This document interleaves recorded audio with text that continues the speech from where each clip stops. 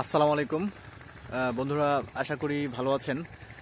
আমি আতাউর রহমান আছি আপনাদের সাথে। সুন্দর একটি সকালে আলহামদুলিল্লাহ, এত সুন্দর একটি সকাল উপভোগ করছি। আমার পিছনের দৃশ্যটা দেখতে পাচ্ছেন, মানে খুবই চমৎকার।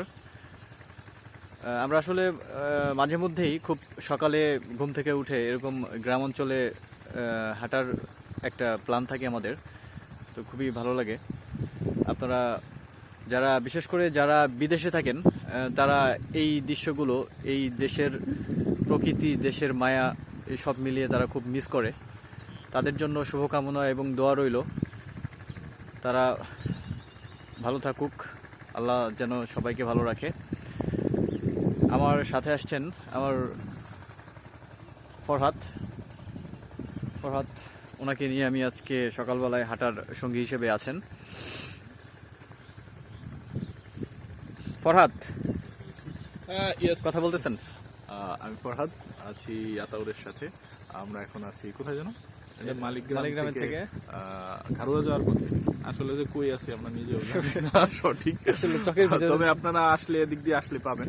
মালিকগ্রাম নেমে আপনি এই বিলের মধ্য দিয়ে ইসে যাবেন ঘাড়ুয়ার দিকে, তাহলে এই সুন্দর একটা ওয়েদার পাবেন। আসলে সকালবেলার ওয়েদারটা কেমন লাগে? খুবই চমৎকার, তাই না? হ্যাঁ, সুন্দর। আসলে সুন্দর হওয়ার একটা কারণ আছে।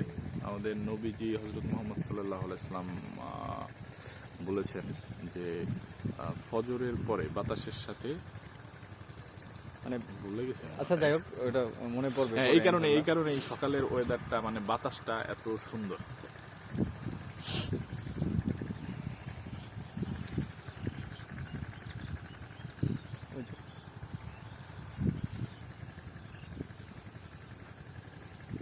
আসসালামু আলাইকুম। ওয়ালাইকুম কাকা, ভালো আছেন? এই তো ঘাড়ুয়ার রোডটাই সোজা গেলেই পাবো না? হ্যাঁ, একটু আসতে দাও। ও, আমরা ঘুরতে আইছি, একটু সময় কাটাতেছি। কাকার বাসা এখানেই না? ও, রশিদপুরে। এইটার নাম কি? কোন গ্রামের মধ্যে পড়ছে কোনটা? এটা? যেখানে এটা রসপুরের শহর ভিতরে। ও, রশিদপুরা চকে না? হ্যাঁ, ও আচ্ছা আচ্ছা। এটা